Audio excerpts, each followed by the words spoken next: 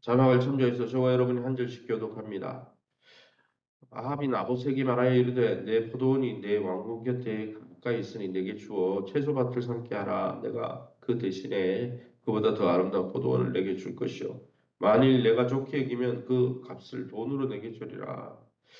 나봇이 아합에게 말하되 내 조상의 유산을 왕에게 주기를 여호와께서 금하실지로다 하니 10절 말씀 불량자 두 사람을 그의 앞에 마주 앉히고 그에게 대하여 증거하기를 내가 하나님과 왕을 저주하였다 하게 하고 곧 그를 끌고 나가서 돌로 쳐 죽이라 하였더라. 11절 그의 성읍 사람 곧 그의 성읍에 사는 장로와 귀족들이 이세벨의 지식 곧 그가 자기들에게 보낸 편지에 쓴 대로 하여 아멘. 오늘은 열왕기상 21장 1절에서 16절 본문으로 나봇의 포도원이라는 제목으로 말씀을 함께 나누기 원합니다. 이 나봇의 포도원 이야기는 아합이 아주 정상적이고 후한 거래를 하려고 했는데 나봇이 반대했기 때문에 벌어진 비극이 아닙니다. 그렇게 보면 구약 성경을 하나도 안 읽은 거죠. 모세오경을 모르는 것입니다. 이것은 하나님 주신 약속의 땅은 결코 팔 수 없다고 하나님이 명령하셨죠. 그것이 레위기 25장, 민수기 36장에 나옵니다. 그래서 그걸 근거로 하나님의 말씀을 지키나 지키지 않냐 이 문제지 값을 후하게 추주려고 했는데 왜 나봇이 고집을 부려가지고 스스로 목숨을 단명을 하냐 이 문제가 아니라는 거예요. 그거는 세상적인 성경을 모르는 사람들이 볼때 실리주의, 이기주의, 뭡니까? 자신의 이윤만 따지면 그런 입장에서 볼 때 그런 거죠. 게다가 오늘 본문에 나오는 금식 선포는 성에 발생한 중요한 문제를 급하게 해결할 때 썼던 구약의 조치였습니다. 그러면 오늘 본문을 통해서 우리가 믿고 의지하는 하나님은 어떤 분입니까? 3절입니다. 나봇이 아합에게 말하되 내 조상의 유산을 왕에게 주기를 여호와께서 금하실지로다. 유업을 자손 대대로 이어가게 하라 하신 분입니다. 그걸 팔라고 말하지 않았어요. 레위기 25장 23절 이하에 보면은 하나님 주신 약속의 땅은 결코 팔 수 없다 그랬어요. 그것은 내 마음대로 그러니까 그 약속의 땅의 주인이 누구라는 거예요? 하나님이라는 거예요. 하나님이 주신 약속의 땅에 살아야 된다는 거예요. 그걸 사고 팔고 그렇게 할 문제가 아니라는 거예요. 땅은 근본적으로 하나님의 것입니다. 하나님께서 그래서 토지 공유제 그런 개념이 여기서 나오는 거죠. 성경의 근거에서. 하나님께서 이스라엘에게 땅을 허락하신 후에 그 땅을 유지하도록 하나님이 명령했습니다. 팔지 말라고 그랬어요. 이는 이스라엘 자손 가운데 한 사람도 하나님의 유업에서 떨어지지 않게 하려고 그 약속의 땅에 머물라고 그랬어요. 루키도 그렇잖아요. 자기가 잃어버린 땅이 돌아갔는데 누가요? 보아스가 그 땅을 되찾아 주잖아요. 그래서 보아스가 되찾아준 기업 무르는 제도를 또한 두셨다는 것이죠.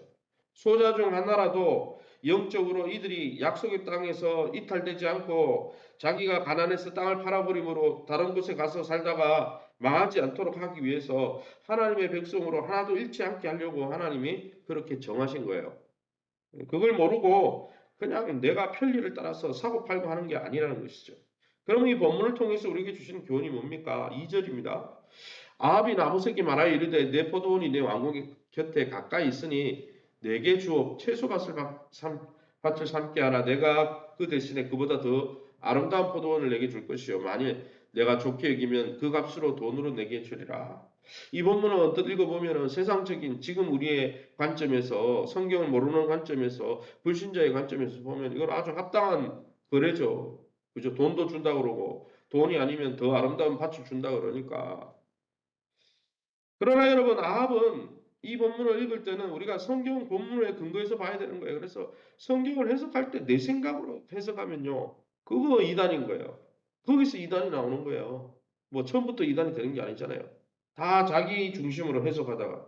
그래서 여러분 성경은 문맥에 의해서 성경 본문에 의해서 봐야 되는 거예요. 아합은 자신의 편의를 위해서 나봇의 포도원을 살려고 했습니다. 자기 편하려고 주변 밭을 사들이려고 한 거죠. 그러나 이것은 하나님의 명령을 어기는 제안입니다. 원래 아합은 처음부터 끝까지 하나님 없이 살고 하나님 말씀 같은 건 귓등으로 여기지 않고 살고 자기 뜻대로 살았죠. 자기가 하나님이죠. 그게 죄죠.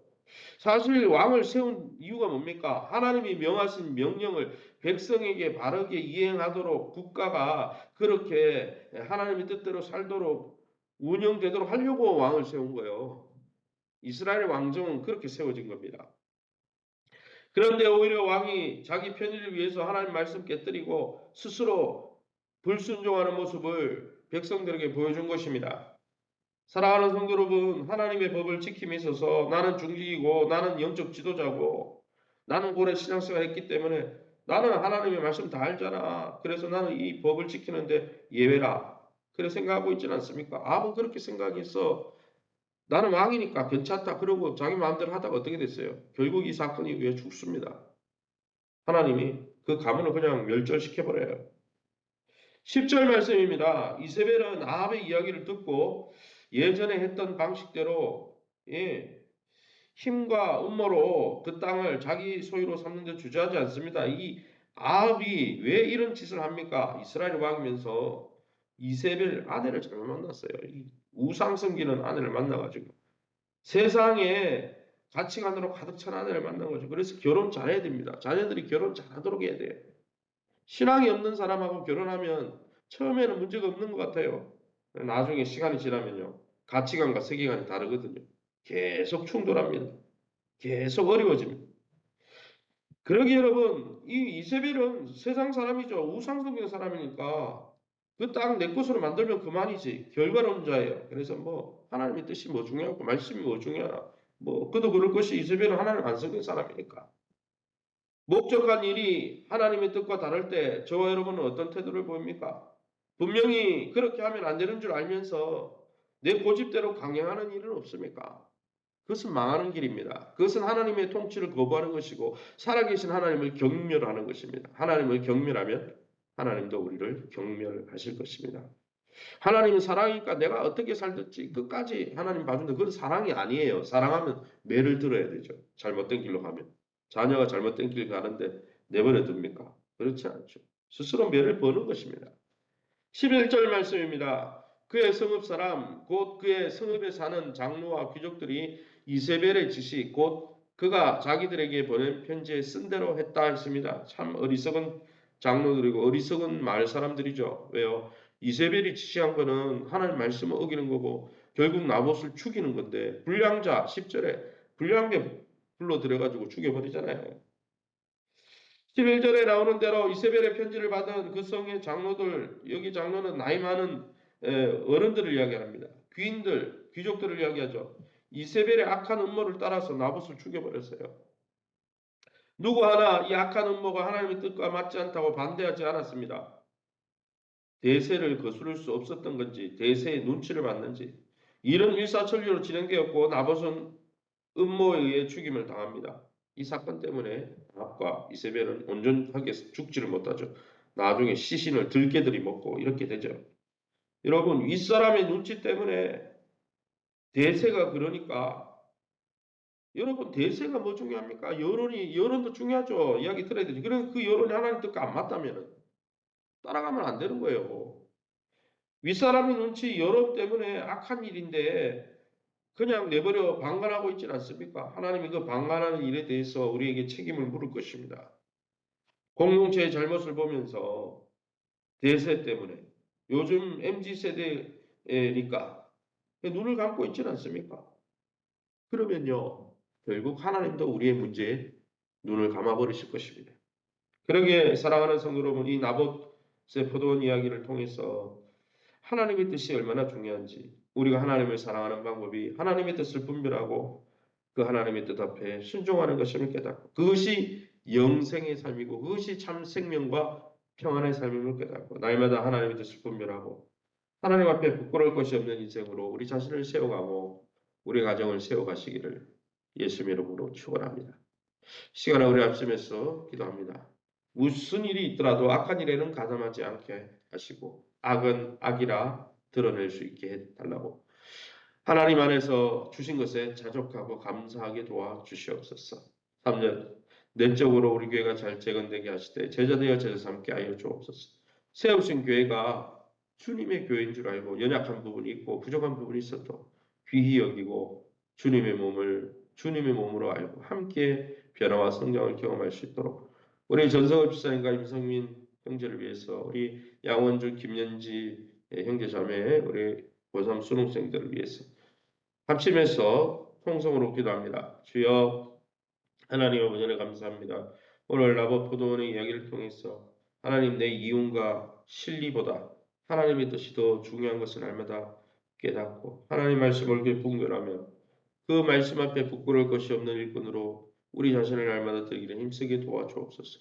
하나님이 주인 되었고 하나님이 왕이 되었다고 학습받고 세례받고 믿음을 고백했건만 내가 주인이 되어서 사는 삶은 없는지 날마다 우리 자신을 돌아보게 하시고 하나님을 경멸히 여기고 무시하다가 하나님이 우리의 삶을 경멸하는 그러한 어리석은 삶의 구덩이에 빠지지 않도록 우리에게 아버지 영적으로 깨어 있을 수 있도록 지혜를 더하여 주옵소서.